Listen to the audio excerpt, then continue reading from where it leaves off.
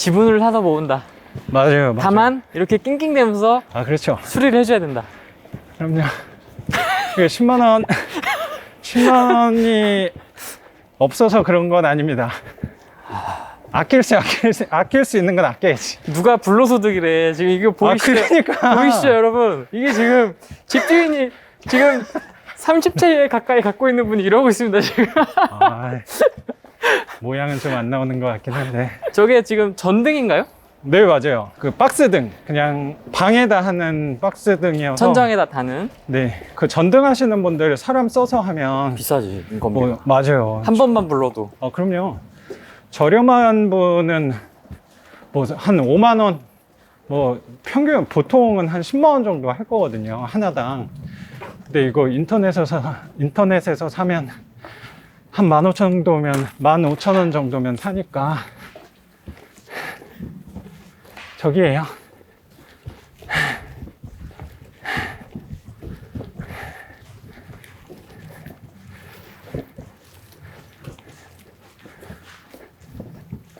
아, 여기가 진짜 제일 안 좋은 집인데.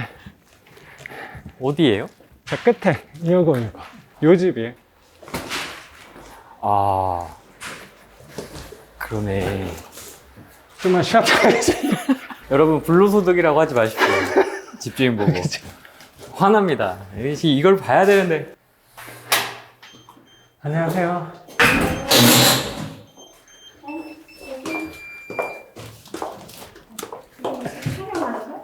아니요, 그냥 뭐 제 개인적으로 하는 거예요. 네. 얘 왜 이러고 있지? 아, 이거는 제가 도배하는 분한테 일부러 좀 말씀드린 거예요. 아, 깜짝이야. 원래 이러고 사는 거 아닙니다. 그러네. 그래서 제가 교체하기 편하게 도배 사장님께서 반자라고 지금 이렇게 하는 건가? 지금. 그래도 지금 도배를 새로 해놔서 네, 깨끗한데요? 많이 깨끗해진 거예요. 장판도 하신 거예요? 장판도 했습니다. 이게 사실 지난주에 제가 여기 세입자분이 이사를 가셔서 후레기님 오신다 그래서 미리 한번 와봤는데 네. 상태가 너무 안 좋은 거예요. 그래서 제 와이프도 오래된 집을 꽤 많이 본 친구인데 와이프가 이 상태로는 안 되겠다 해서 와이프 의견을 듣고 도배만 해놨습니다, 현재. 그리고 기존 분이 여기도 한 2년, 3년 정도 계시다가 이사가 가신 거고, 지난주에 이사 갔고, 이제 오늘 등만 갈고 저도 집 내놓는 걸로 생각을 하고 있습니다. 여기 그 집을 할까요? 네, 한번 보여주세요. 그럼 불이 여기 들어오나? 제가 전에 후랭이님 영상에서 한번 설명을 드렸었는데, 요 집 같은 경우는 제가 실패한 사례다 하면서 한번 말씀드린 적이 있어요. 근데 요 집 같은 경우는 처음에 왔을 때 요거 먼저 볼까요? 처음에 여기 천장이 한 제 머리 정도 크기로 해서 구멍이 뚫려 있었고, 거기서 물이 막 뚝뚝 떨어지고 있었고. 구멍? 네. 그리고 물이 아까 현관에도 막 찰랑찰랑 하고 있었어요. 맞아요. 들어올 때 현관이 찰랑찰랑 하고 있었거든요. 그래서 하자가 되게 많은 집이어서, 그리고 빈집이었고, 그래서 이게 감정가가 한 1억 정도였고, 2번 유찰돼서 한 5천만 원? 그 정도, 아니다. 한 3천만 원 정도 됐던 걸로 기억하거든요. 그래서 한 그 정도 가격에 제가 한 후반 정도에 낙찰을 받은 집이고, 그래서 수리는 다 했는데, 여기가 왜 그때 제가 치명적인 실수라기보다 놓쳤던 부분이 뭐냐면, 그냥 이 정도면 그렇게 나쁘지 않잖아요. 근데 뭐 그 누수랑도 윗집이랑 잘 원만히 협의가 돼서 해결은 잘 했고, 저기 같은 화장실에 여기는 좀 치명적인 문제예요. 왜냐면 얘 화장실이요? 여기 화장실. 여기가 그 화장실 그 공간인데, 저도 한번 들어가 볼게요. 네네. 불편하냐면, 계단이 있네요? 그렇죠. 계단이 보통 반지하 같은 경우는 1개, 2개인 경우가 있는데, 여기는 요 시작도 1칸 들어가고, 여기가 2칸 들어가니까, 제가 키가 뭐 한 170, 한 중반 정도 되는 키인데, 여기 똑바로 설 수가 없어요. 여기 올라가면. 그러네. 그래서 여기에 치명적인데 부분이어서, 여기는 제 생각보다 임대료는 좀 많이 받지는 못했어요. 그래서 요 화장실이 좀 치명적이었던 것 같다는 생각이 들어요. 지금 화장실 쇼킹하다. 그렇죠. 그러니까 제 반지하 관심 많으신 분들이 혹시라도 화장실에 다 이럴까봐 저는 이 이미지를 박힐까봐 사실 좀 걱정스러운 부분도 있는데 저도 29개 집 중에 이 집만 그래요. 딱 하나만. 그래서 저도 이거를 입찰하기 전에는 알지 못한 부분이었으니까 요거 때문에 임대료가 좋지 않았죠. 그래서 이게 제 실패 사례 집입니다. 샤워는 그러면 그러니까 그 전에 계셨던 분이 그러니까 서서 아마 샤워하는 건 좀 불편하지 않았을까. 저보다 키가 더 크신 분이 여기 한 2년 정도 2, 3년 정도 거주를 하셨거든요. 근데 거의 제 생각에 뭐 잠만 주무셨던 분이라고 생각이 들어요. 아, 여기 수도꼭지가 샤워부스구나. 여기가. 아, 그럼요. 여기 샤워부스. 샤워기는 갖춰져 있고, 이 샤워. 세면대도 원래 없었는데 제가 샤워. 달아놓은 거고, 거울도 달아놓은 건데, 되게, 되게 아니, 저도 컨디션은- 호빗인데, 저도 안 되네, 이게. 이렇게 돼. 이게 뭐, 이렇게 아, 돼야 그렇죠. 되네, 이렇게. 네. 그래서 이 세탁기도 뭐 상태가 좋진 않긴 한데, 제가 이 옵션을 안 놓거든요. 근데 얘는 옵션을 놨어요. 세탁기 놓을 데가 없어가지고. 이건 뭐 어쩔 수 없는 부분. 제가 옵션 놓는 거 사실 되게 안 좋아하거든요. 왜냐면 이게 고장나면 나한테 또 말하거든요. 그렇죠. 근데 요게 맞는 세탁기가 별로 없어서 이거 옆에 재활용 센터 가가지고 하나 중고로 얻어왔습니다. 아, 맞춰놓은 거군요, 이거를. 아, 그렇죠. 여기 사이즈 이렇게 작은 게 별로 없어요. 이 작은 사이즈로 해야지 뭐 세탁기도 쓸 수 있으니까. 사서 맞춘 거구나, 이거. 아, 그럼요. 저 이런 건 투자합니다. 투자한다. 아, 그럼요. 투자해야지. 옵션, 여기는 머리를 제가 고민을 많이 했던 집이라고 생각이 좀 들어요. 웬만하면 옵션 안 냈는데, 그리고 제 교육생분들한테 옵션은 하지 말라고 말씀드렸는데, 저는 어쩔 수 없이 이것도 놨고, 저희 뭐 냉장고도 있긴 해요. 냉장고도 놓으신 거예요? 아, 그렇죠. 재활용 센터에서? 재활용센터에서. 아. 저기, 네, 뭐 상태가 많이 안 좋긴 하죠. 네. 냉장고도? 뭐 내용물은 없었던 걸로 기억하는데. 근데 어떻게 이렇게 이 집과 잘 맞는 걸 구비를 하셨네, 옵션을. 아, 이런 데에다 또 큰 돈을 쓸 필요 없기 때문에. 뭐 여기에 비스포크 있으면 좀 이상하다. 아, 그렇죠. 네. 이 컨셉에 맞게. 컨셉에 맞겠다. 그렇죠. 여기 여기는 어차피 제가 임대료를 뭐 50만 원, 100만 원 받을 집이 아니잖아요. 그쵸. 그럼 오시는 분들을 맞춰서 하면 된다고 생각하고 오시는 분들이 제 생각에 안 쓰실 수도 있어요, 이거. 그냥 보통은 짐 공간이 많이 필요하신 분, 아니면 보통 잠을 자야 되는 공간이 필요하신 분들이 오는 경우가 많아서. 근데 여기 나름대로 여기 아까 저 오이 신설선 있는데 가오리역에서 한 10분이 안 걸려요. 도보로. 그럼 나름 역세권이거든요. 근데 이 집은 뭐 역세권이지만 화장실에 좀 치명적인 하자가 생겨서 문제가 있어서 좋은 가격을 받기는 쉽지는 않을 거라고 생각하고 저도 어차피 여기에 욕심이 없어요. 근데 저는 그냥 반지하라는 이미지가 다 사람들이 이렇게 생각할까봐 좀 걱정은 되긴 해요. 이거는 제가 갖고 있는 것 중에 제일 안 좋은 집이거든요. 만약에 작가님이 갖고 있는 게 20몇 개가 다 이거면은 사실. 그럼 불편하죠. 그러면 진짜 힘들 것 같아. 아, 그럼요. 근데 그게 아니라는 거지. 맞죠. 이런 컨디션의 집이 29개가 있었다면 저는 아마 중간에 포기했을 수도 있어요.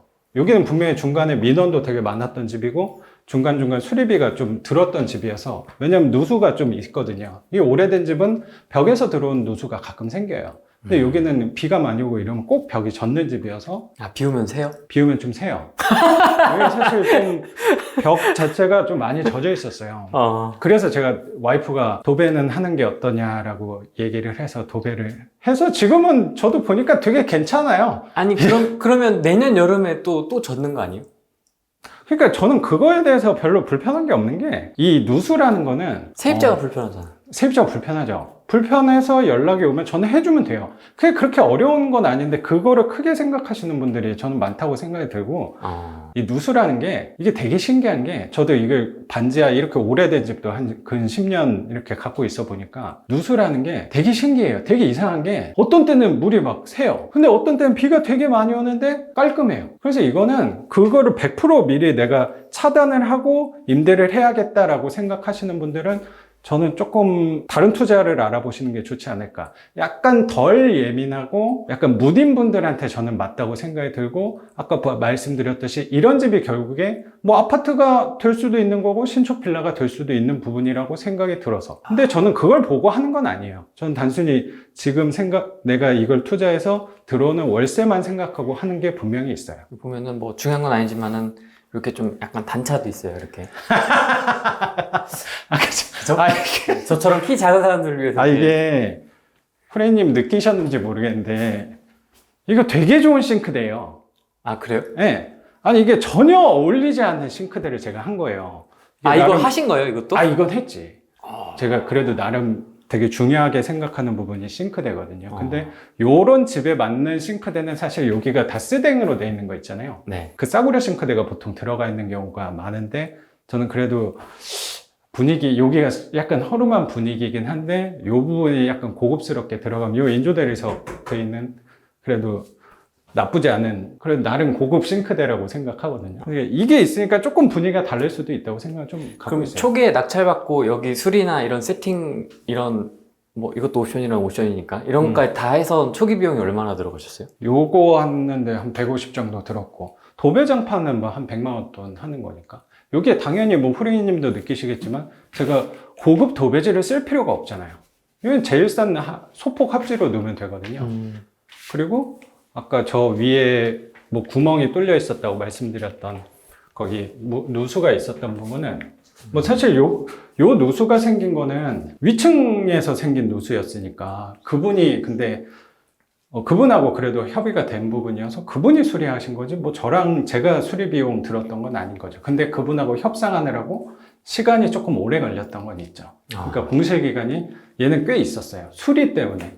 수리하는데 어려운 부분이 저는 뭐냐고 생각하냐면 내가 직접 돈을 써서 아니면 노동을 들여서 할 수 있는 부분이라면 별로 상관은 없어요. 근데 이 공동주택이다 보니까 누군가의 협조를 또 받아야 되는 부분이 생기잖아요. 근데 그분들은 보통 나랑 상황이 비슷하지 않을 거니까 그리고 자기는 피해가 없는데 내가 왜 돈을 써서 고쳐야 되나 라는 것 때문에 조율하는 게 분명히 불편한 게 생기는 부분은 있는 것 같습니다. 그리고 여긴 돈이 좀 많이 들었던 부분이 뭐냐면 밖에 한번 나가볼까요? 네. 이 문은 고쳐줘야 되는 거 아니에요? 문 자꾸 소리 나요. 이거? 네. 드르륵 드르륵 소리 나요. 여기는 제가 생각하는 임대료가 30만 원이에요. 그래서 30만 원에 맞게끔 하면 돼요. 아니, 진짜로. 여기 문짝 바꾸잖아요? 그럼 35만 원 받아야 돼요. 그래서 굳이 나는 바꾸지 않는 거고, 만약에 세입자분이, 저는 수리를 언제 하냐면, 세입자분이 딱 오셨는데, 문이 너무 불편해서 나 못 살겠다. 그러면 저는 그때 바꿔주는 걸로 할 거예요. 미리 내가, 이게 불편할 거니까 바꿔놓는 방향으로 하지는 않아요, 잘. 예전에는 제가 다 미리 조치하는 방향으로 했는데, 그게 중복으로 내가 돈을 쓰게 되거나 노동이 들어가는 적이 꽤 많았던 것 같아서 이거는 뭐 제 나름대로의 방법인 것 같아요. 그리고 지금까지는 바꿔달라고 한 사람은 없었고 지금 바로 전에 계셨던 분이 바꾸자라고 했었는데 그러면 5만 원 더 주십시오 이랬어요? 그거 아니면 저는 항상 협상을 하는 거죠. 그거 아니면 당연히 내가 해야 되는 건데 당신은 어쨌든 이 상태로서 계약을 한 건데 그만큼 나도 돈이 들어가니까 5만 원을 올리든 아니면 반 정도는 당신이 좀 부담을 해주면 분명히 거주하는데 생활의 향상은 분명히 되는 부분이 있으니까 반 정도 대주시면 내가 받는 될 수 있다. 뭐 그렇게 했더니 그거는 되게 만족해 하셨거든요. 근데 그분이 연락이 그 이후에는 오지 않았어요. 그럼 내가 먼저 왜 안 바꾸냐? 우리 빨리 바꾸자 할 필요 없다고 생각이 들어서 우리의 본질은 월세 이게 너무 냉정하고 차가워 보인다고 생각할 수도 있지만 우리의 본질은 월세만 받으면 되는 부분이 있다고 생각이 들어서 그게 첫 번째라고 생각이 들어서 이해했습니다. 이게 생각이 저하고 많이 다르네요. 역시 돈을 벌려면 이렇게 해야 돼. 저는 뭔가 내 마음에 안 들면 일단 맞아요. 네. 이렇게 싹 하거든요. 저도 그 욕구가 있어요. 네. 근데 물론 이제 출혈이 심해. 그렇죠. 네. 그런 건 있지. 그래서 저는 최소한으로 기본만 해놓겠다. 그리고 요구를 한다 하면 당연히 해드려요. 웬만하면 다 해드려요, 전. 근데 요구하지도 않았는데 내가 먼저 해드리지는 않아요. 그게 제가 임대를 하면서 좀 달라진 성향이라고 생각이 들어요. 네. 뭐 요런 것도 그렇고, 네. 뭐 요런 거 막 신경 쓰일 수 있거든요. 이 정도는 이 정도 괜찮아요. 이 정도는 처음엔 저런 게 너무 신경 쓰였거든요. 근데 요 부분도 좀 말씀드리고 싶은 게 이렇게 이건 나무 몰딩이란 말이에요. 근데 여기가 시커멓게 올라오는 거는 이 반지하 중에 어떤 집이 그러냐면 습하다는 증거예요. 정확히 저게. 이게 나무가 자꾸 물기를 빨아 올리는 거거든요. 그래서 여기는 페인트를 칠해도 계속 시커매져요. 그래서 저도 여기 한 2, 30번을 칠했어요. 저도 처음부터 후레이님 저 원래 이랬던 사람이 아니에요. 막 이런 거 예민한 사람이었어요. 저도 막 깨끗하게 보이고 싶어서. 근데 이제 하나둘씩 놓게 되더라고요. 하나씩 이제 해탈을 해나가는. 그래 차라리 내가 월세 조금 덜 받자. 이게 훨씬 마음이 편해요. 이렇게 하지 않으면 29개를 임대할 수가 없다 라고 생각을 합니다. 알겠습니다. 네. 밖에도 한번 볼게요. 네. 사운드 한번 다시 들어보세요, 여러분.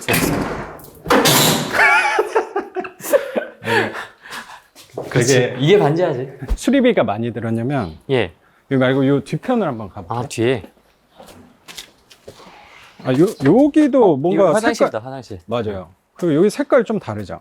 여기랑 여기랑. 여기도 제가 방수 콘크리트로 뭔가 한 거예요. 그리고 제가 한 건 아니에요. 이거 사람 써서 한 거예요. 여기도 그렇고. 그러네. 이게 뭐야? 징검다리네, 징검다리. 이거 수동 계량기가 보통은 아이고야. 요새 건물들은 다 집 안쪽에 현관문 앞쪽에 있는데 뭐 옛날 건물이어서 밖에 있는 거예요. 그리고 뭐가 달라졌냐면 이건 뭐야? 이게 제 집 창문인데 요 바닥이 원래 흙바닥이었어요. 이런 흙. 여기가? 네, 다 흙바닥이었어요. 이쪽이. 그래서 이 흙바닥의 특징은 뭐냐면 비가 왔을 때 흙이 물을 먹잖아요. 근데 이 콘크리트는 다 흘려보낼 거고, 그럼 흙이 물을 먹으면 이 습기를 다 이 집으로 밀어요. 그래서 의문의 누수가 막 벽에서 그냥 물이 새고 있었어요, 이 집은. 근데 저도 확인해 보니까 이게 흙이어서. 그러니까 가끔 뭐 집 뒤편으로 해서 뭐 화단 같은 거 가꾸시는 분들 있잖아요. 근데 그게 뭐 지상층에는 전혀 상관없는데 반지하다 그러면 이 집에 되게 안 좋아요. 그래서 반지하 고르실 때 여기가 만약에 흙이 돼 있다. 그리고 막 파 같은 거 심어 놓으신 분들 꼭 있거든요, 이쪽에. 그런 집은 저는 좀 피하는 것도 좋다고 생각해요. 그래서 여기는 방수 콘크리트로 다 덮었던 게 비용이 제일 컸어요. 100만 원. 여기 쭉 돌렸거든요. 근데 그분이 그래도 좀 저렴하게 해주셔서 100만 원이었지, 사실 이런 거는 부르는 게 값이어서 되게 무서운 수리라고 생각되거든요. 요 파이프는 뭐예요? 이것도 새로 한 거예요. 뭐냐면 새로 한 게 많아. 이거 고민을 되게 많이 하고 제가 불편한 부분이 되게 많았던 집인데, 요거 같은 경우는 옥상에서 내려온 파이프예요. 네. 빗물바지, 우수관이 떨어지는 건데, 원래는 여기에서 비가 이 가로 라인이 없었던 거예요. 그냥 저기서 또 끝나는 그렇죠. 거구나. 떨어지면 내 집에 물이 자꾸 들어오잖아요. 그래서 이거를 연결해가지고 일로 관을 연결한 거죠.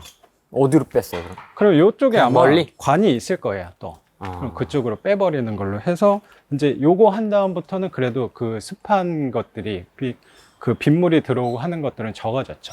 적어졌다는 거예요, 중요한 건. 없다는 게 아니에요. 줄어들었다. 우린 방향성이 제일 중요하잖아요. 네, 그래. 줄어들었다는 거에 저는 만족하고 있습니다. 요것도 있네. 요것도 방수한 거예요. 여기도 또 물이 막 고이고 있었거든요. 엄청 많이 하셨네요? 그렇죠. 여기가 제 보일러실이 있는 데거든요. 보일러 물이 이렇게 고여 있다고 생각해봐요. 수영장처럼. 그럼 여기에 점점 콘크리트가 젖어서 이렇게 밑으로 셀 거예요. 그래서 여기 이렇게 뚫어가지고 물길 내가지고 비가 오더라도 이렇게 다 빠져나갈 수 있도록. 정확히 제가 토목공학 전공했는데 이런 부분이 다 쓸모가 있더라고. 이게 화장실이네요? 화장실, 맞아요. 그리고 요게 화장실 뷰입니다, 여러분. 요게 화장실 뷰. 화장실이 이렇게. 네. 제가 지금 작가님 존경합니다. 이게 왜 제가 여태까지 했냐면, 이거는 제 집이잖아요. 제 명의로 낙찰을 받고 내 물건이 됐는데, 이게 존경한다는 것도 굉장히 과찬인 게, 이게 나밖에 해결할 수 있는 사람이 없잖아요. 그러면 그 방법을 뭐 당연히 고민할 수밖에 없는 것 같아요. 자꾸 물이 튀어나온다? 그러면 그걸 내가 찾아야지 나는 임대료 줄 수 있잖아요, 결국에. 그래서 내 물건이었기 때문에 내가 한 부분이라고 생각이 들어요.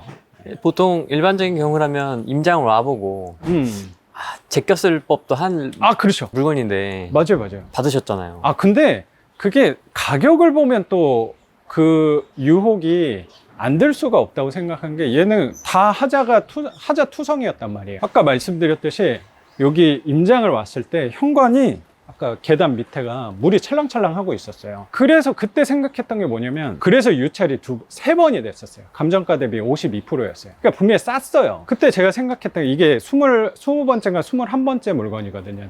근데 프레이님도 잘 아실 거예요. 실수는 항상 저는 언제 하냐고 생각하냐면 처음에는 절대 실수 안 해요. 근데 내가 한 어느 정도 나 이제 이 정도 했으면 한 전문가 정도, 한 준 전문가 정도 됐어. 베테랑 정도 됐어. 이 정도는 내가 해결할 수 있어. 이렇게 얕잡아 봤을 때 그때 실수하는 거라고 저는 생각이 좀 들더라고요. 그래서 저도 좀 고민을 많이 했죠. 근데 그때 실수를 많이 했고 요 건물을 저는 경매로 처분을 해야 되나라는 생각까지도 했던 집이긴 하거든요. 근데 그만큼 여기서 저는 배운 게 되게 많은 것 같아요. 어떤 집을 해야 되고 어떤 집을 하지 말아야 되는지에 대해서 많은 교훈을 준 집이라고 생각을 갖고 있습니다. 그러면 방금 소변 보셨잖아요. 네. 그럼 이러고 보는 거예요? 이렇게 사용하실 수 있으면. 진짜 웃긴다. 반지하 계시는 분도 그렇고 반지하 투자하시는 분도 그렇고 그게 또 원동력이 되지 않을까라는 생각도 들어요.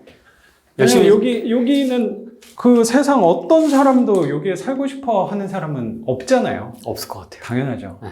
그래서 저는 뭐 기존 분도 뭐 나름 그래도 좋은 집으로 가셨다고 생각이 들어서 뭐 정확히 어디 가시는지 모르겠지만 여기보다 임대료가 더 싼 집은 이 동네에 없거든요. 제 생각엔 뭐 서울에는 없지 않을까 생각도 드는데 요 평수에서 나가겠다는 그 열의가 있는 분이 아닐까? 생기지 않을까 저절로 그 생각도 드는 것 같아요. 제가 한 번에 이거 하다가 이게 꼭 나무판에다 해야 되거든요. 한 번 전등이 세입자분한테 연락이 왔었는데 자다가 전등이 떨어졌다고. 그러니까 이게 떨어지면 팍 떨어지는 않아요. 어제 얘가 힘이 한번 버텨줘가지고. 잡고 떨어지니까. 와장창 떨어지지는 않아서 뭐 다행히 다치시진 않았는데 조심해야죠. 꼭 뭐 나무에다가 박아야 돼요. 이런 거 근데 전기는 웬만하면 저는 만지는 걸 권장은 하진 않아요. 얕잡아 볼 건 아니니까. 제가 한 번은 뭐 잘 모르고 했을 때 이런 거 그냥 이렇게 막 잘라서 그냥 떼버린 적도 있었는데 한번 폭발을 한 적도 있거든요. 이렇게 퍽 하면서 내려가는. 맞아. 여러분 이게 집주인입니다. 거의 뭐 이 투자하는 분들은 제 생각에 누가 놀고 먹는다고 건물주 집주인 바쁩니다. 이런 거 하느라. 거저 먹는 돈은 아닌데 상대적으로 뭐 이거 하는데 저도 사실 이 집은 거의 이전 만에 온 거니까 네. 상대적으로 시간을 좀 덜 쓰는 것 뿐인 거지 뭐 노동을 안 한다는 저도 아니라고 생각은 좀 들어요. 그러니까 상대적인 개념인 것 같아요. 노동이 없는 건 세상에 없다고 생각이 들어서 노동이 덜한 게 있는 거죠.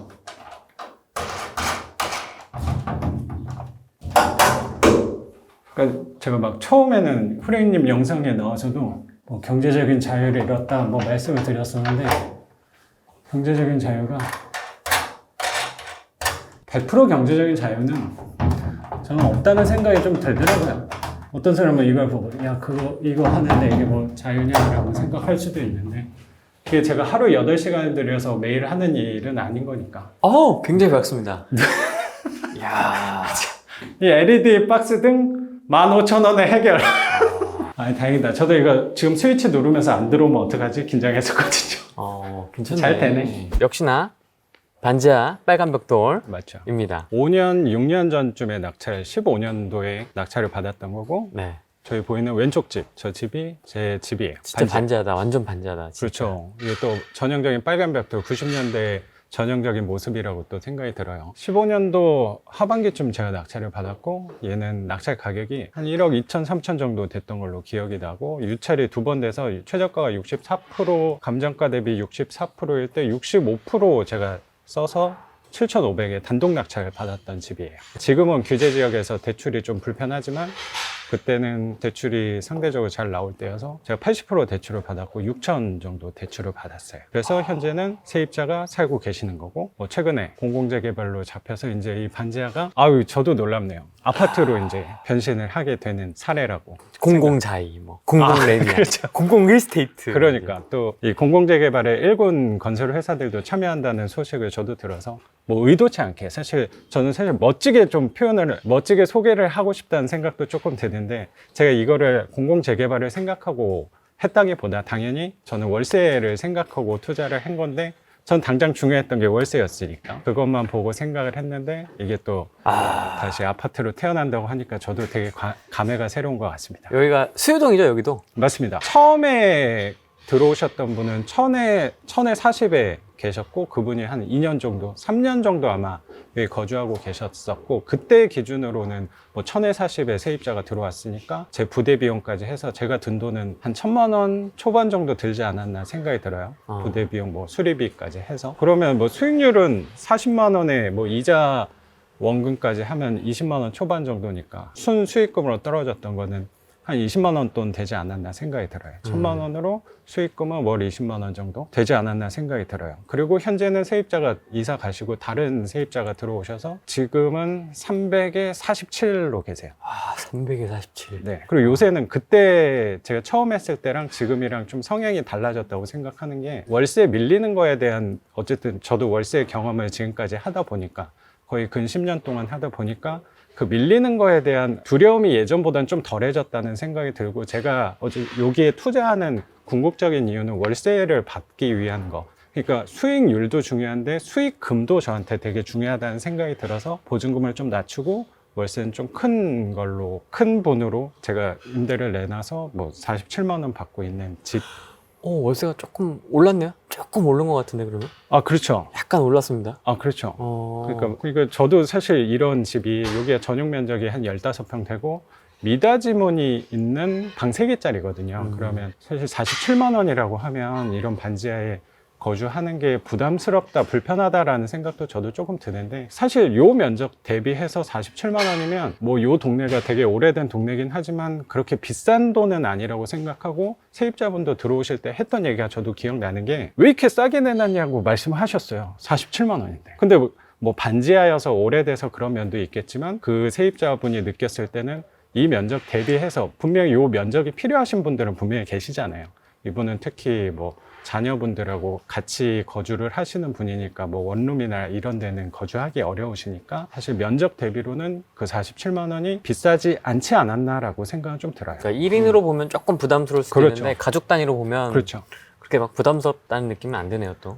그래서 제 세입자분들은 주로 1인 가구가 사시는 분도 종종 계시는데 저는 방이 뭐 반지하 위주라고 하더라도 방이 2개짜리 아니면 3개짜리가 훨씬 많거든요. 그래서 가족 단위로 사시는 분들이 많아서 세입자들 성향이 조금 오래 계시는 분들이 많은 것 같아요. 관리 측면에서 어떤 집이 좀 유리한지 제가 한번 또 설명드릴 수 있을 것 같아서 저는 이왕이면 오래된 집 할 때 그리고 현금으로 투자 월세 쪽으로 하실 때 핵심은 저는 오래 보유하는 게 오래 갖고 있는 게 중요하다고 생각이 들어서 예. 그러면 이왕이면 관리가 좀 잘 된 집이 아마 민원 처리에 있어서 조금 용이하다고 생각이 들어서 그런 집이 뭐 겉에 봤을 때는 되게 낡았지만 요 집은 사실 관리가 되게 잘 된 편이라고 저는 생각이 들어서 사실 이런데 쓰레기 하나 그러니까 이게 관리 잘 된 거거든요. 그러네. 이런 데도 되게 깨끗하잖아요. 네. 이게 반장님이 되게 잘 하시는 거예요.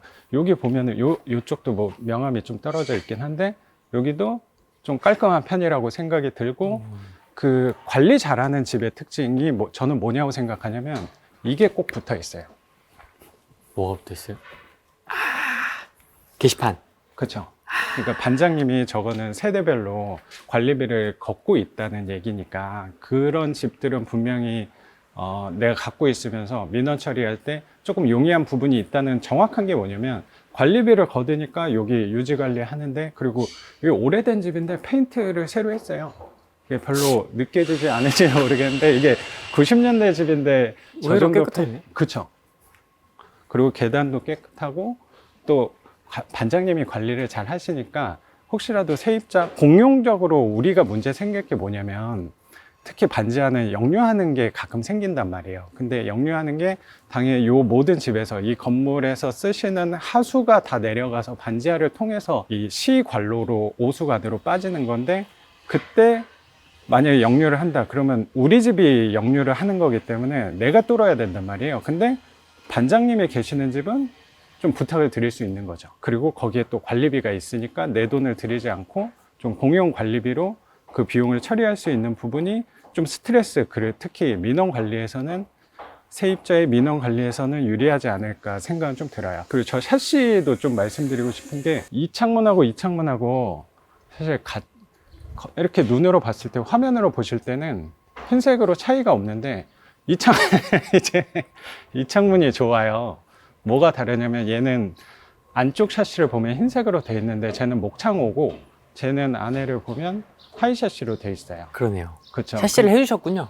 샤시를 근데 제가 샤시는 잘 안 하는데 여기는 샤시를 하게 된 이유가 뭐냐면 전에 이 세입자분 말고 전에 계셨던 세입자분이 그 저소득층으로 잡혀 계신 분이었어요. 그래서 저소득층으로 분류가 돼 있으면 3년 주기로 한 번을 지원을 받을 수 있대요. 3개 중에 하나를 지원을 받을 수 있는데 하나가 보일러, 하나가 도배, 하나가 샤시, 이렇게 3개 중에 하나를 3년 주기로 지원을 받을 수 있는데 이거는 집주인이랑 상관없고 거주하는 분이랑 상관이 있거든요. 아, 내가 세입자여도? 네네네. 와. 그래서 그 세입자분도 저는 현명하신 분이라고 생각한 게 저한테 제의를 하시더라고요. 먼저 내가 이 조건이 돼서 지원을 받을 수 있는데 3개 중에 저보고 하나를 고르래요.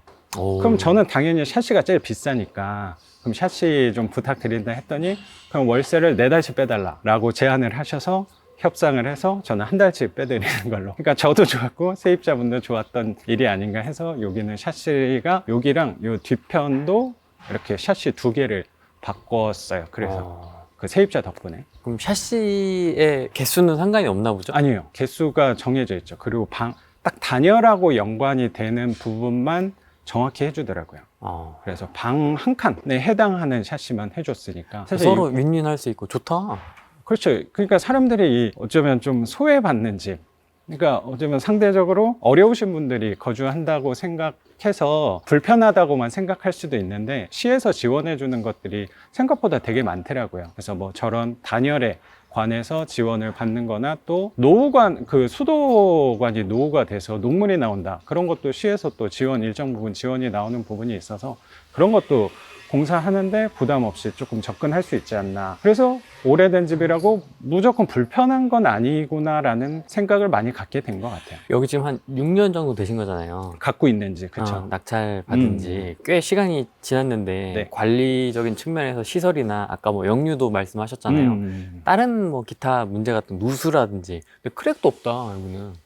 그렇죠. 크랙이 없어. 이 집은 민원이 사실 거의 없었던 집이긴 해요. 조합원 분들이 네. 동의하시는 분들이 사실 이거 봉사하고 있는 단체로 제가 알고 있어요.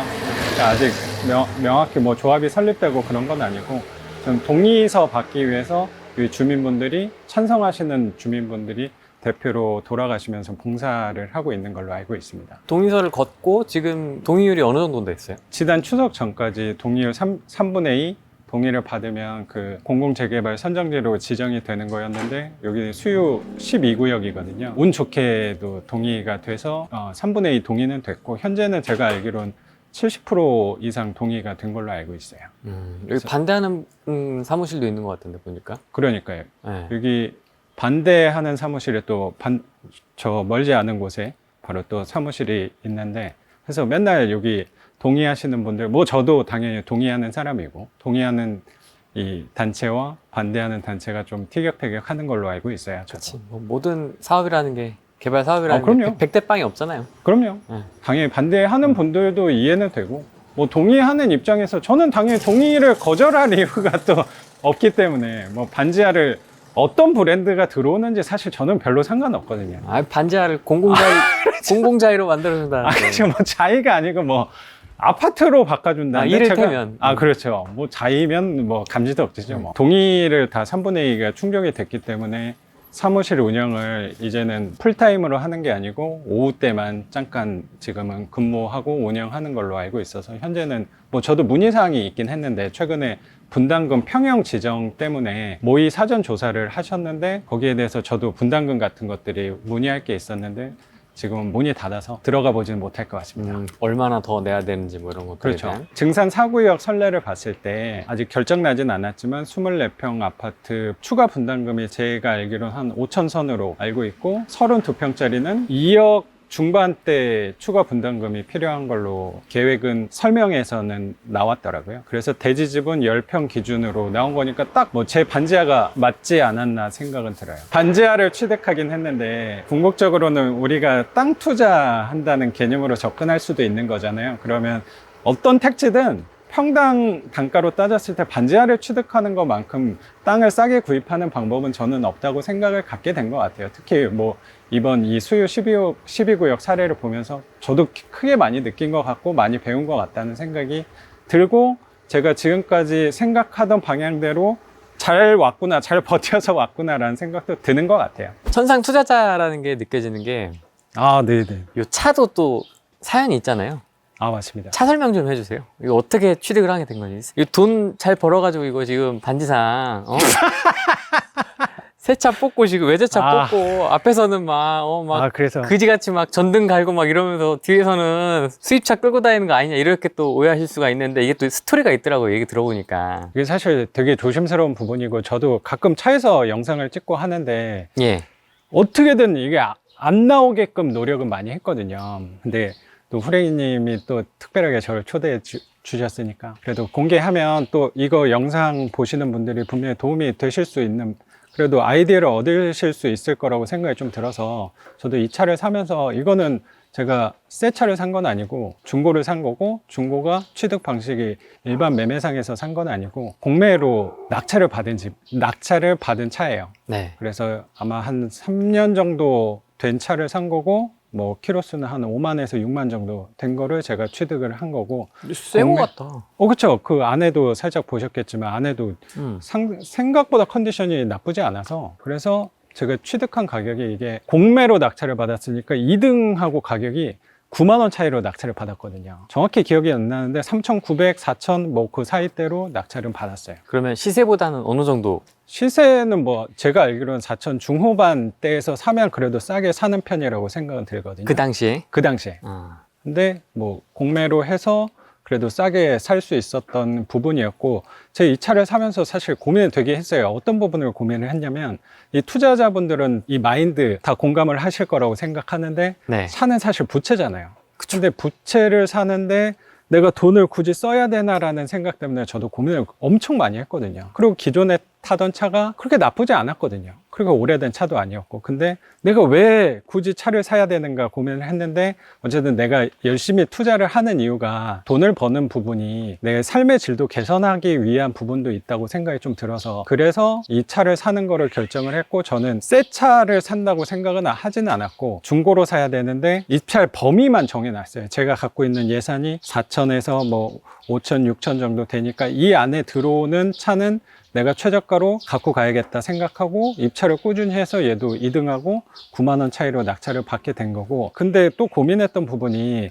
이 차는 말씀드렸듯이 부채잖아요. 나한테 나가기만 하는 부분만 생기는 거니까. 네. 지출을 만들어내는 부분이니까 얘를 조금 나한테 유리한 방향으로 내가 삶의 질을 늘릴 수 있는 방법을 고민했던 게, 제가 이 차를 제가 갖고 있었던 현금으로 산 게 아니고 아파트에서 1억 정도 대출을 받았어요. 네. 그래서 1억의 역할은 뭐냐면, 1억은 대출을 받았을 때 뭐 넉넉히 잡아서 한 달에 이자가 30만 원 정도 나온단 말이에요. 1억의 현금에서 일부분은 이 차를 산 거고, 일부분은 부동산을 취득을 해서 30만 원만 내가 그 부동산에서 뽑아내면 이 차가 공짜가 되는 거 아닌가라고 생각하고 접근을 했고, 작년 하반기 때 안산의 빌라, 지상층 빌라를 낙찰을 받았어요. 그래서 그 집이 임대가 나간 게 75만 원에 임대가 나갔어요. 그러면 내가 이 차 덕분에 어쩌면 30만 원 지출이 나가는 건데 거기서 75만 원이 들어오니까 나는 이 차가 공짜가 된 거 아닌가라고 생각하고 이 차를 구입을 했던 것 같아요. 그래서 차를 사기 위한 대출 이자를 그렇죠. 예산을 반으로 나눠서 맞아요. 반은 공매로 맞아요. 시세보다 조금 저렴하게 최대한 맞아요. 줄이고 나머지 비용으로 투자를 해서 월세를 75만 원 플러스 맞습니다. 만들어내서. 그렇죠. 오히려 차를 사서 비용이 발생을 해야 되는데, 저는 이 차 덕분에 75만 원 수입, 그러니까 이자를 제외하고도 45만 원의 수입이 들어오게 된 저한테는 어쩌면 복덩이 같은 차라고 생각을 갖고 있습니다. 어떻게 보면 차량 유지비에도 또 보탬이 되고. 그렇죠. 그 몇 번이나 입찰하신 거예요? 경매도 입찰을 했었고 공매도 입찰을 하다 보니까 알게 된 게 그 자동차 전문 공매 사이트가 있더라고요. 오토마트라고. 오토마트. 그래 거기에 또 차량들이 꽤 많이 나와서 거기에도 꾸준히 입찰했는데 뭐 제가 정확히 기억은 안 나는데 그래도 한 10번 정도 안에는 낙찰은 받은 것 같아요. 차 내부도 한번 보시고. 아, 맞아요. 그 하신 오토마트 공매할 때 장점이 가서 시동도 걸어볼 수 있고 내부도 뭐 실내도 한번 앉아볼 수 있고 다 둘러볼 수 있습니다. 그럼 입찰가 산정은 어떻게 하세요? 어떤 입찰가 산정은 저는 항상 최저가에서 몇만 원, 몇십만 원 올리는 방법으로 저는 입찰을 해서 반지하 하듯이? 똑같이. 그렇죠. 사람들이 많이 관심을 갖지 않았을 때 좀 주워 온다라는 개념으로 항상 임했던 것 같아요. 이 차 같은 경우는 사실 사람들 이렇게 차를 좋아하시는 분들, 그러니까 생각보다 약간 카푸어라고 하잖아요. 그 카푸어들이 어쩌면 좋아하는 차일 수도 있다고 생각이 들어서 그 정도 선에 있는 차라고 생각이 들어서 그때 당시 제가 입찰할 때 이 차가 되게 많이 나왔어요. 이 비슷한 덩치의 차가. 사람들 입찰이 좀 분산이 됐다는 생각이 들어서 제가 좀 상대적으로 경쟁률이 덜하게 해서 저렴한 가격에 취득을 할 수 있지 않았나 생각이 좀 들어요. 요거는 저는 골목길을 많이 다니니까 한번 긁어 먹었어요. 그리고 요 차의 하자가 좀 있긴 한데 이 뒤에 라이트가 깨져 있는 부분. 근데 이거 이 정도는 뭐 보통 눈치를 잘 못 채니까 등은 들어오잖아요. 어차피. 그럼 기능만 하자 없으면 되는 그럼 걸로. 뭐 된 거지.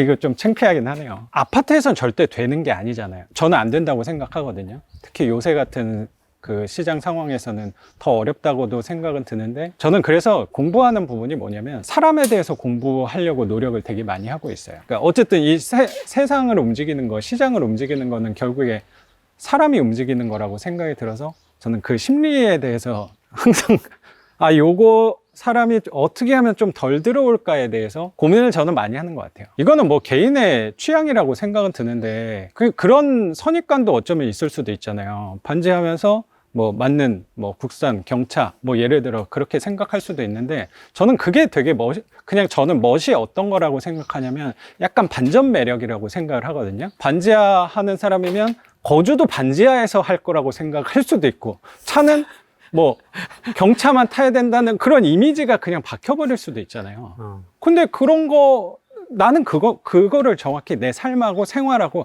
분리를 하는 거죠. 삶하고 투자하고 분리하는 거라고 생각하거든요. 투자에 대해서는 내가 상대적으로 거주하거나 아니면 이용하고 싶지 않지만 수익률에서 유리한 걸 하면 되는 거고 내가 누리는 부분에 대해서는 마음에 드는 부분으로 분리를 좀 하면 되지 않을까 생각을 그런 분리를 노력을 많이 하는 것 같아요, 저는. 또 다음 차도 공매나 경매로 또 한번 바꿀 수도 있겠네요. 그렇죠.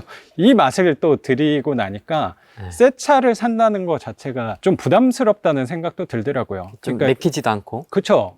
얘는 어쨌든 감가상각이 굉장히 떨어진 차를 중간에 내가 취득을 한 거니까. 그리고 당연히 얘는 중간에 팔더라도 뭐 그렇게 손해를 많이 볼 것 같은 차는 아니라고 생각은 좀 들어서 빌라를 이용해서 그 월세를 이용해서 이 차를 산 것처럼 제가 거주하는 집도 좀 빌리고 렌트를 임차에 들어가서 생활을 하게 되고 뭐 차도 내가 중간에 공매로 낙찰을 받다 보니 새 차를 굳이 내가 한번 사서 오랫동안 타야겠다라는 생각에 대해서는 많이 달라진 것 같아요. 그러니까 차 같은 경우도 내가 중간에 또 더 좋은 차로 바꿀 수도 있는 거고 집도 저도 월세로 살다 보니까 굳이 내가 보통은 취득을 한번 하면 내가 여기서 한 10년, 20년 살아야겠다라는 생각도 많이 가질 거라고 생각하는데 또 월세로 살다 보니까 장점이 내가 살고 싶은 동네를 좀 편하게 살아볼 수 있지 않나 그것도 분명히 장점은 되는 것 같아요. 물론 그게 이상적이진 않죠. 마음이 불편한 부분도 당연히 있어요. 그리고 최근에 뭐 월세 시세가 올랐다는 거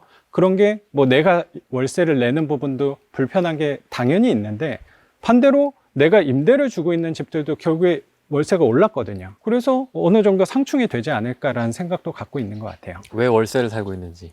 이건 뭐 지극히 제 개인적인 사정 때문에 그런 건데 저는 덩치 큰 아파트를 사는 게 저희 기존에 예전에 샀던, 한 결혼할 때 샀던 아파트가 하나 있고, 그거를 팔아서 더 좋은 집으로 가야겠다는 생각은 사실 갖고 있지는 않아요. 소위 말하는 갈아타기. 뭐 그렇죠. 저는 투자에 대한 그 관점이 오래 갖고 가자라는 관점이어서 내가 거주하는 집조차도 사실 그 집도 비과세를 받을 수 있었어요. 한 3, 4년 전쯤에. 그럼 뭐 차익이 꽤 나을 수도 있었는데, 뭐 저는 제가 살던 집에 대한 장점도 봤고, 나중에 더 좋아질 수 있는 여건도 많다고 생각을 해서 팔지 않는 걸로 마음 먹었고, 그래서 저는 취득을 새로 큰 덩치의 아파트를 하게 되면 분명히 세금 부담이 큰 부분이 있어서, 뭐 취득세도 일단 뭐 12%를 내야 되는데, 그럼 뭐 서울에 뭐 웬만한 아파트는 10억이 넘잖아요. 그러면 취득세만 1억 2천을 내야 되는데 그건 너무 아깝다는 생각이 들어서 차라리 내가 기존에 거주하던 집을 월세를 주고 그 월세를 받아서 제가 지금 거주하는 아파트에 월세를 내고 살고 있어요. 그러니까 정확히 말하면 세금 부담 때문에 뭐 돈이 없는 것도 있고요. 세금 부담 때문에 나는 아까워서 집을 안 사겠다라는 생각을 갖고 있습니다. 채수가 많으신데 네. 그거 어떻게 정리하고 계세요? 교통정리를? 세금을? 이 질문도 저한테 되게 많이 하시는데 저는 개인으로 하고 있어요. 올? 전 법인 없어요. 본인 명의로요? 네. 그러니까 이게 사람들이 오해하는 게 뭐냐면 법인이 되게 좋다고 생각을 많이 하세요. 그리고 한때 뭐 후레이님도 잘 알겠지만 작년 한 상반기 그 7월 10일 규제 터지기 전까지는 법인 투자하는 사람들은 되게 유행처럼 번졌어요. 그리고 부동산 하는데 법인을 안 하면 아, 넌 좀 세련되지 못해 라는 이미지까지도 있었거든요. 근데 저는 그때 고민했던 게 뭐냐면 나도 과연 제 교육생들도 법인을 하냐 안 하냐 물어보시는 분들이 많아서 근데 저는 이 경중을 따져봤거든요. 장점 단점을 따져봤는데 법인을 했을 때 특히 우리 포지션에서는 좋은 게 없어요. 우리 포지션이라고 말씀드리는 거는 저 같은 현금흐름 투자. 그러니까 시세 차익을 하시는 분들은 법인이 분명히 유리한 게 있겠죠. 근데 우리 포지션, 현금흐름 포지션에서는 유리한 게 저는 찾지를 못했어요. 왜냐면 기존에 있는 거 내가 개인으로 하더라도 임대사업자를 가입을 하면 등록을 하면 거기서 분명히 세제 혜택이 굉장히 크거든요. 그러니까 저는 아까 세금 문제, 세금이 불편하다고 말씀드렸던 게 정확히 무슨 세금이냐면 취득세예요. 근데 취득세는 어차피 법인이나 개인이나 똑같잖아요. 오히려 법인이 더 불편한 게 있죠. 보유세라고 하는 부분이 있죠.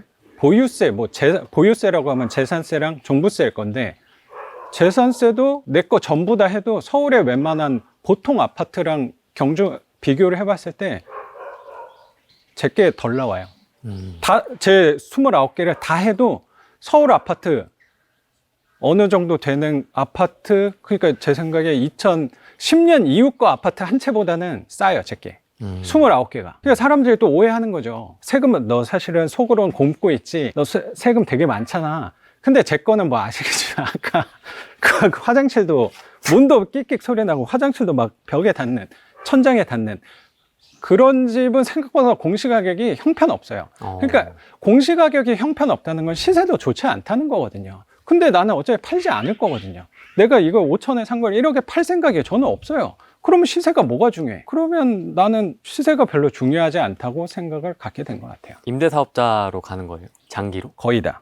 다는 아니에요. 거의 다 났어요. 사실 저희가 3년 전 인터뷰를 했을 때도 제가 똑같은 질문을 했었는데 네. 3년 후에 또 한번 다시 여쭤보고 싶은 게 엄청나게 폭등을 했지 않습니까? 서울이고 수도권이고 뭐 집 가격? 네. 한 채로 뭐 5억을 벌었느니 10억을 벌었느니 막 그런단 말이죠. 거기에 대해서 좀 나도 시세 차익 좀 할 걸 이런 생각은 안 드세요? 사실 그게 결국에 그 안에 빠져 있는 게 저는 뭐냐고 생각하냐면 세금이 좀 빠져 있다고 생각하거든요. 지금은 차액으로 남겨서는 저는 되게 불편한 시장이 아닌가라고 생각이 들어서 뭐 5억 차익을 얻은 거에 대해서 그게 순소득이 5억이라면 굉장히 부러울 수도 있죠. 그게 탐이 안 났다고 하면 거짓말이죠.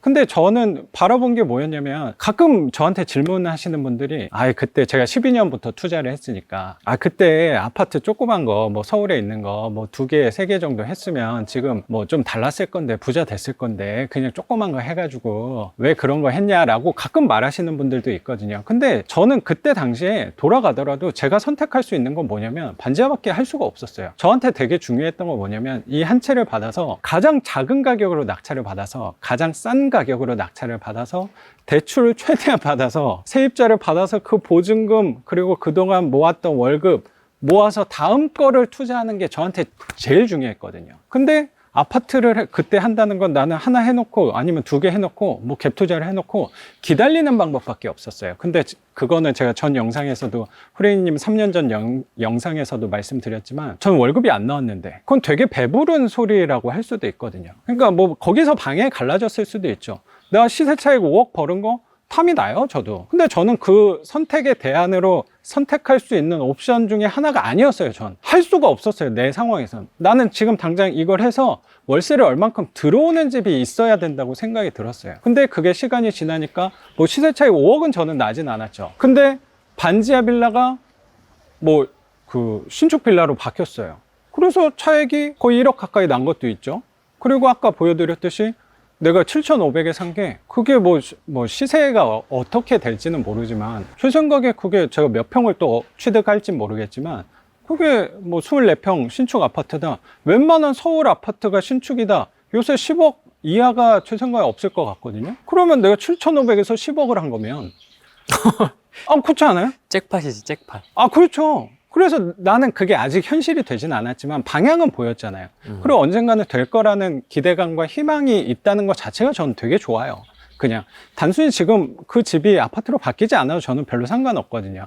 근데 반지하 같은 경우는 저는 너무 좋은 게 희망이 있어요. 희망이 살아가는데도 그렇고 투자하는데도 저는 가장 중요하다고 생각하거든요. 내가 이거를 계속 오랫동안 갖고 갈 수 있는 그 희망이 그게 바뀌어서 현실로 벌어진 것도 분명히 있고 아까 그 공공재개발 그 수요동에 되는 것도 있고 뭐 성남에 있는 빌라는 뭐 재개발로 또 지정이 되고 신축 빌라로 바뀌고 저는 눈으로 본 게 있으니까 거기에 대한 그렇게 뭐 제 나름대로 자신감은 있는 것 같아요. 대출 이슈가 좀 요새 있잖아요. 네. 사람들 아파트는 네. 뭐 주담대도 그렇고 막 이런저런 얘기가 많은데 음. 대출 연장이나 만기권에 대한 이슈나 이런 건 없으세요, 작가님? 지금 채수가 많으니까. 그게 상가 대출은 그게 좀 불편할 수도 있는데 제가 한 대출은 대다수가 주택담보대출이잖아요. 뭐 사업자 담보대출도 분명히 있죠. 근데 주택담보대출, 사업자 대출도 주택으로 할 때는 비슷해요. 뭐냐면 분할 상환기간이 있잖아요. 보통은 저는 다 30년, 35년짜리예요. 그래서 뭐 중간에 뭐 제가 뭐 부채가 많아졌다 한다고 갑자기 갚으라는 거는 걔네가 은행에서 계약 파기하는 부분이기 때문에 저는 뭐 중도에 뭘 상환해야 된다거나 하는 부분이 거의 없죠. 원리금이 같이 나가니까 30년 동안. 그렇죠. 그리고 뭐 지금 상황하고는 좀 다른 부분이 저는 거치도 되게 오래 해놨어요. 그래서 좀 덜하죠, 그 불편함이. 그리고 약정을 다 30년 이상으로 했기 때문에 별로 대출에서 불편한 부분은 없어요. 그래서 제가 정확히 왜 쓸데없이 30년이냐? 난 대출이 30년이어서 굳이 그 중간에는 뭐 팔거나 어떻게 개발시키고 싶다. 그거는 뭐 제 의지대로 되는 건 아니니까.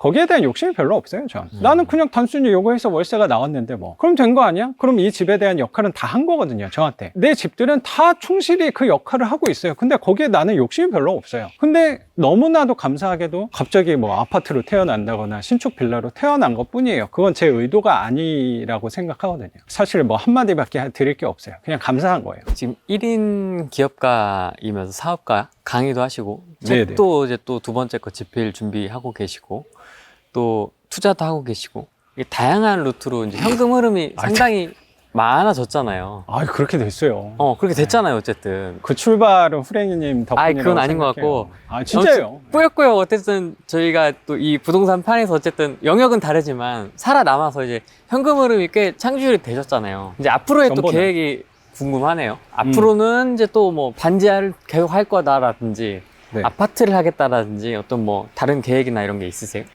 이 후랭이 TV 시청자분들한테 되게 멋있는 얘기를 좀 해드리고 싶은데 네. 그런 질문에서 저는 별로 갖고 있는 목표나 계획 같은 게 사실 없어요. 저는 사실 요새 어떻게 살아가고 있냐면 제 나름의 하루의 루틴이 있어요. 뭐 예를 들어 오전에는 나름의 정신적인 활동을 하는 거예요. 뭐 글을 쓴다거나 책을 본다거나 아니면 그냥 생각을 해보고 좀 멍도 때려보고 그런 활동을 주로 하고 오후에는 뭐 교육생들하고 얘기를 나누거나 영상 편집 이런 것들을 주로 하는 거예요. 그렇게 제 루틴을 매일매일 하다 보니까 갑자기 하나씩 신호가 온다는 생각이 좀 들더라고요. 갑자기 뭐 후랭이님도 연락을 너무나도 영광스럽게 이렇게 연락을 주신다거나 아니면 뭐 강의를 뭐 만들어보자 제안이 온다거나 아니면 저는 항상 뭐 투자도 하고 있는 사람이니까 그 경매 정보지는 항상 지켜보고 있거든요. 그러면 그게 괜찮다 하면 저는 낙찰을 받을 거예요. 그래서 나는 몇 채까지 낙찰을 받아서 월세도 얼마를 만들어서 어떤 삶을 살아가야겠다라는 게 사실 별로 없어요. 저는 사실 지금도 되게 좋은 부분이 많거든요. 이 정도 아이고 뭐 제 생각인데 나는 내 나이에 이 정도 차 타고 다니면 이 정도는 굉장히 성공한 삶이 아닌가라고 생각이 들어요. 저 같은 경우는 더 막 화려하고 더 멋진 집 한강이 내려다 보이는 집에 살아야 되고 그것도 나도 가고 싶어요. 그러고 힘을 쓰고 있고. 근데 그게 되지 않아도 별로 상관없어요. 나는 지금도 너무 좋은 일도 많고 감사한 일들이 너무 많아서. 근데 뭐 확실한 건 난 투자는 계속 할 거예요. 그리고 월세도 계속 늘려나갈 거예요. 지금은 법인을 하고 있지 않죠. 근데 법인이 분명히 유리한 게 더 생길 수도 있잖아요. 뭐지 요새 상황에서는 사실 생길 거라고 생각은 들진 않는데 만약에 생긴다 그럼 나도 법인을 하면 되지. 근데 지금 상황에서는 굳이 법인하고 개인하고 따졌을 때 우리 포지션에선 월세 현금으로 흐름 투자 포지션에선 유리한 게 제 생각엔 없어요. 오히려 법인을 하면 유지 비용이 더 많이 들어서 저는 오히려 불편하던데 나는 오히려 이 포지션에서 법인하는 사람들한테 있다면 왜 하시냐고 물어보고 싶어요. 시세 차익은 분명히 유리한 게 있죠. 저희 후랭이 TV 한 3년 만에 나오셨는데 근데 정말 잘 지내고 계신 것 같아요. 아까 수리를 하고 계신 것도 보고 했지만은 진짜 대단하시다. 그 생각이 일단 가장 먼저 들었고 3년 동안 쭉 제가 지켜봤지 않습니까? 정말 말한 대로 실천을 꾸준히 하고 계시고 유튜브 영상을 봐도 그렇고 글을 봐도 그렇고 정말 꾸준하게 하고 계신 것 같아서 앞으로가 좀 더 기대되는데 끝으로 저희 후랭이TV 시청자분들에게 반지하 투자에 관심 있는 분들에게 조언을 해주신다면 저는 사실 딱 하나예요. 투자하시는 분들한테 특히 뭐 반지하 꼭 제가 뭐 반지상으로 활동을 하고 있다 보니까 거의 이런 프레임이 거의 반지하만 하는 사람이다라고 이렇게 씌워진 것 같긴 한데 꼭 반지하를 떠나서 내가 갖고 있는 소액으로 투자할 때 저는 가장 중요한 게 사실 보통은 왜 그게 어려워지냐고 생각하냐면 내가 이걸 하나를 해가지고 여러 개를 갖고 싶은 거야. 예를 들어 반지하 빌라를 하면서 재개발도 하고 이게 아파트로 됐으면 좋겠고 뭐 신축 빌라로 됐으면 좋겠고 나중에 안 되면 뭐 차익을 거둘 수도 있으면 좋겠다 라고 생각하는 게 오히려 어렵게 만드는 요인 중에 하나라고 생각은 드는데 내가 이 투자를 하는 이후에 첫 번째 본질을 한번 생각해 보셨으면 좋겠어요. 저는 정확히 첫 번째가 월세였어요. 나는 월세가 중요했으니까 나한테 필요했으니까. 근데 그게 꾸준히 제가 잘하는 건 꾸준히거든요. 후랭이 님도 그걸 정말로 잘하시는 것 같다고 생각이 들어요. 근데 저도 빠지지 않을 만큼 그 부분을 잘한다는 생각이 들었어요. 그래서 그걸 꾸준히 누적을 해서 지금까지 왔더니 아까 개발 같은 사례들도 나온 거라고 생각이 들어요. 그러니까 제가 보통의 투자 전문가분들하고는 관점은 되게 다를 거라고 생각하고 오히려 거꾸로 반대로 얘기하는 부분도 되게 있다고 생각도 들거든요. 근데 저는 제 생각이 저 포지션이 현금흐름 투자자라면 이게 맞다고 생각해요. 첫째는 월세 수익률로 가셨으면 좋겠어요. 월세 수익률이라고 하는 거는 중요한 거는 싸게 사야죠. 시장이 올라간다고 나까지 높게 받아가면 수익률이나 이자 측면에서 분명히 오래 가는데 불편해질 거라고 생각이 들어서. 근데 요새는 이런 오래된 빌라들 같은 경우도 특히 서울에 있다 하면 되게 비싸게 받아가는 경향이 전 좀 느껴지긴 하거든요. 그게 뭐 개발이 될 확률도 높겠지만 개발이 안 될 수도 있는 거거든요. 그럴 때 버틸 수 있는 거는 그 현금 흐름으로 버텨야 되는 건데 그게 너무 고가의 낙찰을 받게 되면 버티는 힘이 떨어지지 않을까. 전 부동산에서 가장 중요한 거는 오래 버티는 게 중요하다고 생각하는데 오래 버티려면 싸게 사야 돼요. 그래야지 오래 뭐 10년이든 20년이든 30년이든 보고 갈 수 있다고 생각이 저는 갖고 있어요. 그래서 핵심은 싸게 받아라. 그리고 나는 투자하는 이유가 월세라면 그것만 보셨으면 좋겠어요. 다른 거 보지 말고. 다른 거 다 좋은 거 이상에 세상에 없어요. 막 이것도 새 거여야 되고 시세 차익도 봐야 되고 현금 흐름도 좀 나왔으면 좋겠고 그것도 싸게 사야 돼. 그것까지. 그거는 그런 집은 없어요. 그런 진작 내가 있지. 그런 게 있으면 그런 집은 없다 라고 생각하면 오히려 마음이 편하거든요. 마음을 어떻게 좀 이렇게 다스리세요? 뭔가 도인 같아. 항상 느끼는 거지만 도인 같아. 이게 제가 항상 불편한 부분에 접근을 많이 하니까 습관적으로 그런 부분을 크게 보려고 노력하는 게 좀 몸에 밴 것 같아요. 제가 긍정적인 사람은 절대 아니에요. 저는 되게 한번 제가 심리 테스트를 해봤는데 저는 부정적인 사람에 오히려 가까운 사람이거든요. 근데 사람들이 당신은 좀 긍정적인 사람이다라고 좀 평가를 해주시는데 저는 왜 긍정적으로 생각을 하냐고 제가 소리를 듣냐고 생각이 드냐면 특히 반지하 같은 거를 봤을 때 여기에서 누가 봐도 단점들이 눈으로 쉽게 보일 수 있단 말이에요. 그러면 그런 집은 할 수가 없거든요. 그러면 우리의 의무는 뭐냐면, 임무는 뭐냐면 요 안에서 좋은 점을 자꾸 찾아야 돼요. 저는 그런 습관들이 반지하를 투자를 하면서 많이 몸에 좀 체득이 된 것 같아. 그런 노력을 계속 하다 보니까 반지하 투자할 때도 마찬가지고 세상을 바라볼 때, 뭐 후랭이님을 바라볼 때 단적으로 항상 분명히 단점이 있을 건데 단점도 있다. 그래. 하지만 장점도 있잖아. 그걸 더 크게 보려고 노력을 많이 하는 것 같아. 그랬더니 사람들이 좀 긍정적이라고 봐주는 것 뿐이라고 생각해요. 저는 단순히 좋은 점을 크게 봐야지 내 마음이 좀 덜 불편할 수 있었죠. 덜 불편함을 자꾸 찾아가는 노력을 많이 했던 것 같아요. 작가님 보기에 저의 장점은 뭔가요? 후랭이 님도 명확히 있어요. 저보다 훨씬 훌륭하다고 생각하는 부분이 꾸준한 거예요. 꾸준함의 위력을 저는 많이 느끼셨을 거라고 생각하고 제가 감히 평가할 정도가 아니긴 하지만 그 꾸준함 덕분에 후랭이 님이 좋은 분들을 많이 만나게 되는 거, 후랭이 님이 되게 유명한 전문가분들하고 만나게 되는 거, 그게 그분들 때문에 뭐 후랭이 님이 채널이 성장한 거라고 저는 생각하지 않거든요.